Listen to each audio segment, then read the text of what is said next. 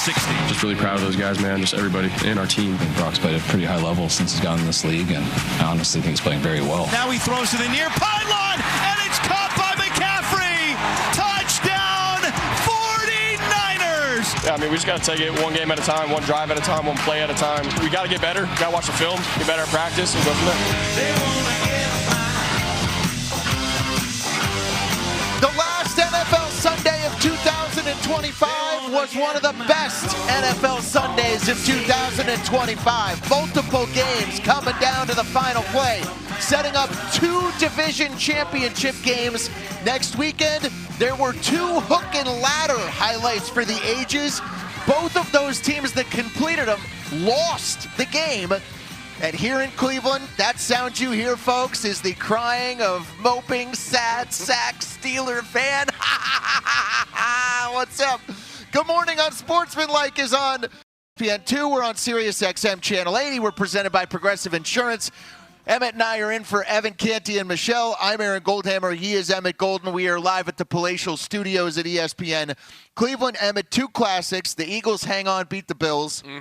The Niners hang on, beat the Bears in maybe the best Sunday night game of the entire year. We got to decide right off the bat, because we're going to be talking about this all morning. Okay. Is it hook and ladder or hook and lateral? It's hook and ladder. No, I think it's supposed to be hook and lateral. Well, it's hook and ladder because it's short for lateral.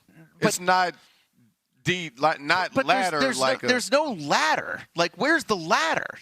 This isn't like we're not fighting a fire here. Is it that difficult to understand? It's just short for lateral? No, I think that hook and ladder is wrong, and we should agree that it's hook and lateral. No, it's right. It is hook and lateral. It's hook and ladder for short. I don't. Okay, fine. If you want to say hook and ladder, I'll say hook and ladder. That's what it's called. But I just want to acknowledge that I think that's wrong, and it's supposed to be hook and lateral. Emmett, when you see the Bears convert this play to DeAndre Swift, and you're down at the 4-yard line, and they go and spike it. Okay, 4 seconds to go. Emmett, the Bears have won every close game. They have every ounce of magic that you could possibly see an NFL team have.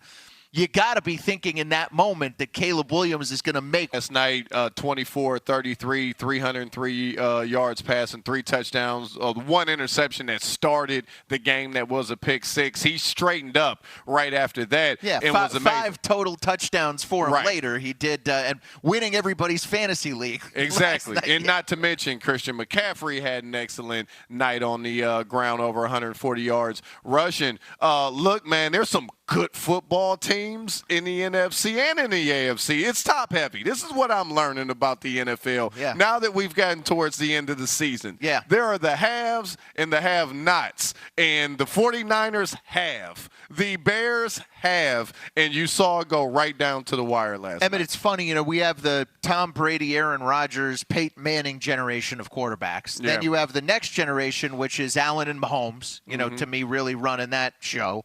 And now we have a whole new next generation of QBs. And to me, you saw 2 of the best going head-to-head. Emmett, I kind of thought Brock Purdy maybe was mid. There was some conversation in the middle of the year this year about should they just go to Mac Jones? I mean, I remember it being a topic. Emmett, Brock Purdy in the last 4 games, I think he's thrown 12 touchdowns and 2 interceptions. Wow. He is I think he's the December MVP of the NFL. He's not going to win the overall MVP. Right.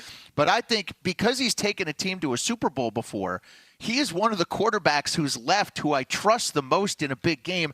Kudos to Kyle Shanahan, but getting him back healthy while the 49ers have everybody else, it feels like, on their team hurt, has been a huge difference maker and taken their offense to a whole nother plane and a whole nother level. Yeah, I mean, listen, when you have a franchise quarterback, I know we're so recently recency bias, I should say, heavy, that if there's a bad game or if they miss a game or two and somebody else plays well, it's always like, well, what about that guy? Like, no, it should be that guy. Yeah. Look, we know Brock Purdy can ball. Yeah. He's been balling since he got into the NFL. No and doubt. last night he continued to ball. Emmett, he balled when he made $500,000. Yes. And he's balling when he's making $50 million. Right. There's a lot in between, right? Yeah, it feels a lot better when you're balling for $50 million. But Emmett, sure. I wanted to go through this, okay?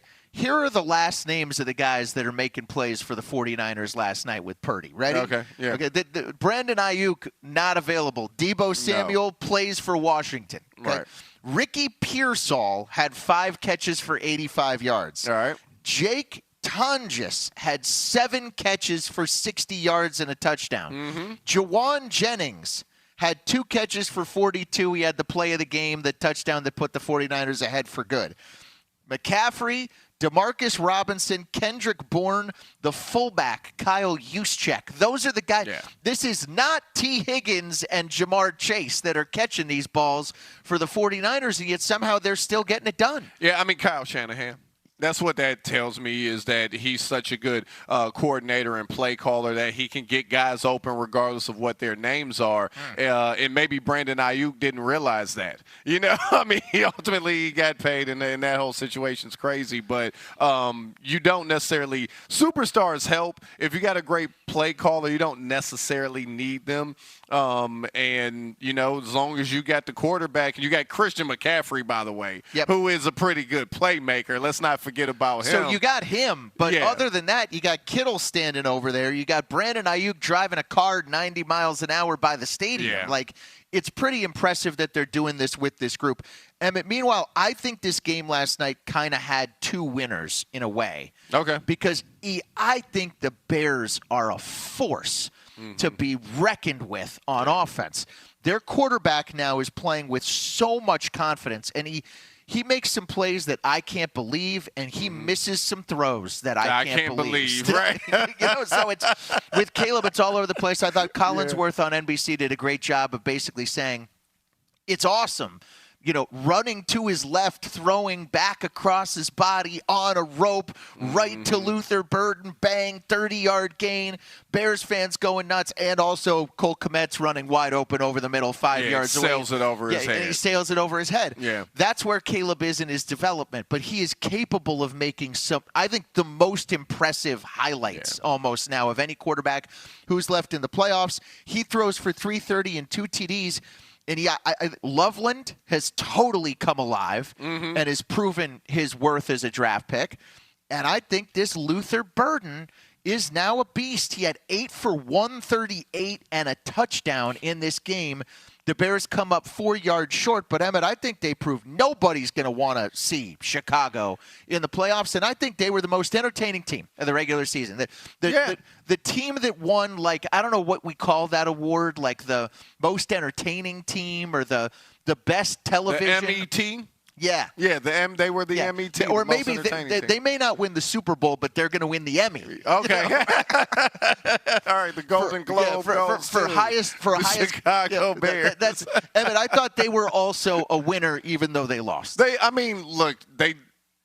lost, but you can't be upset with them. Like, it's not – sometimes at the end of the game, you're like, man, this team X just didn't do enough. They didn't play well. They made so many mistakes.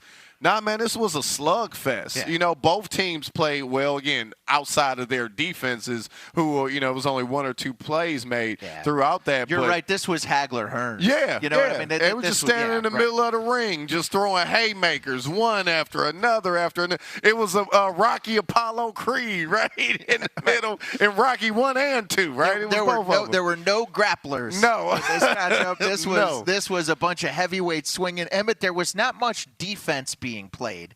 Was that because these teams don't have good defenses, or is that because the level, the quality of offense, and in particular quarterbacks and offensive coaches with Kyle and Ben Johnson in this game was just so high? I think it's a little bit of both, and I don't mean to straddle the fence, but like the 49ers defense actually did a pretty good job slowing down the running game of the Bears, because we know they're really good, and ran for 110 yards combined. Only 5 a carry. San Fran ran for 200 last night. Right, and for that reason, like I don't want to say the 49ers didn't play any defense. It was more of a passing game thing where they kind of got exploited. But look, man, both these teams are going to be a problem, and I was skeptical of Caleb Williams when he came into the league. I think it takes a couple years for you really know who a guy is, but this year I was skeptical when he came into the league. Yeah. But I was really skeptical after his first year. Yeah. Which just goes to show you that you have to be patient with some of these quarters. Like the first game they play, I know this is earth-shattering. No, hold on. Clip this, Pat. I want to use this locally in Cleveland when we start talking about Shador. Let me finish the point. Okay, go ahead. The first game they play, our job is to react to what we've seen. So that's what we're going to do. But teams should not be overreacting to 1 week or one performance or one play or one touchdown pass. Yeah. Emmett, are both of these teams Super Bowl contenders, Niners and Bears? They're both division champions. They'll start at home. Niners, if they beat Seattle Saturday night, they get the 1 seed. I think the Niners are. I'm going to say the Bears aren't. And it's not any issue that they have. I'm a believer that you got to get there and lose to know what it takes to get there and win. And the 49ers have been to the Super Bowl. Brock Purdy has been there. They've gone Kyle's been there. Yeah, they've been through all that. They have the experience is really what I'm talking about. And I think the Bears will be great, and they can win a game or two in the playoffs. I'm not ready to put them in the Super Bowl because I just don't think they have the experience. For San Francisco, Emmett, it's been a long time. You know, Steve Young was the last 49er quarterback to win a Super Bowl. I think this might be their year. Okay. I just think with their quarterback rounding into form at the right time, and then remember, they're probably not going to deal with – they don't have to deal with Mahomes, who stood in the way of Garoppolo winning a Super Bowl and Brock Purdy winning a Super Bowl in overtime. Mahomes won a couple of years ago. So without that factor there, man, I feel like San Francisco is pretty good. But neither one of these teams really defended anybody until San Francisco really needed to. They needed to play. At the very, very end, they were able to step up and make a play. So the Niners are 12-4, Emmett. They will play Seattle on Saturday night, okay? This is the beginning of me trying to explain all of these playoff sescenarios, which maybe you want to tune to somebody else because I'm probably going to confuse myself 7 times. It's confusing to everyone. But I'm going to do a good job. All right, go ahead. Okay. Okay, let's see what you got. The Seattle-San Francisco game, Seattle's 13-3, San Francisco's 12-4. But if the Niners win, they'd have the tiebreaker over the Seahawks. So the winner of the game, Saturday night, I want to say this, it's on ABC, it's on ESPN. Okay. You can watch it on all your ESPN family networks. The winner of that game gets the 1 seed. The loser, Emmett, has to go on the road. The loser is a wild card team in the NFC. So that's a big difference. That's a huge game on Saturday night. Both of the teams are going to make the playoffs, but one of them is going to have a golden path to the Super Bowl, and the other one is going to have to go on the road and have kind of a hard road. And the Rams are definitely going on the road. The team a lot of people think is the best team in the NFC. They're definitely going on the road to start all of this. So it'll be fascinating to see how the whole thing breaks down. By the way, also I should tease 4:30 in the afternoon on Saturday, the NFC South championship game. Yeah, that's between exactly what Carolina and Tampa. As Baker Mayfield lost to Quinn Ewers yesterday, and Carolina lost to Seattle. There's no shame in that. Yeah, no shame in losing to Seattle. But there will be a playoff team. Unfortunately, it might be an 8-9 playoff team.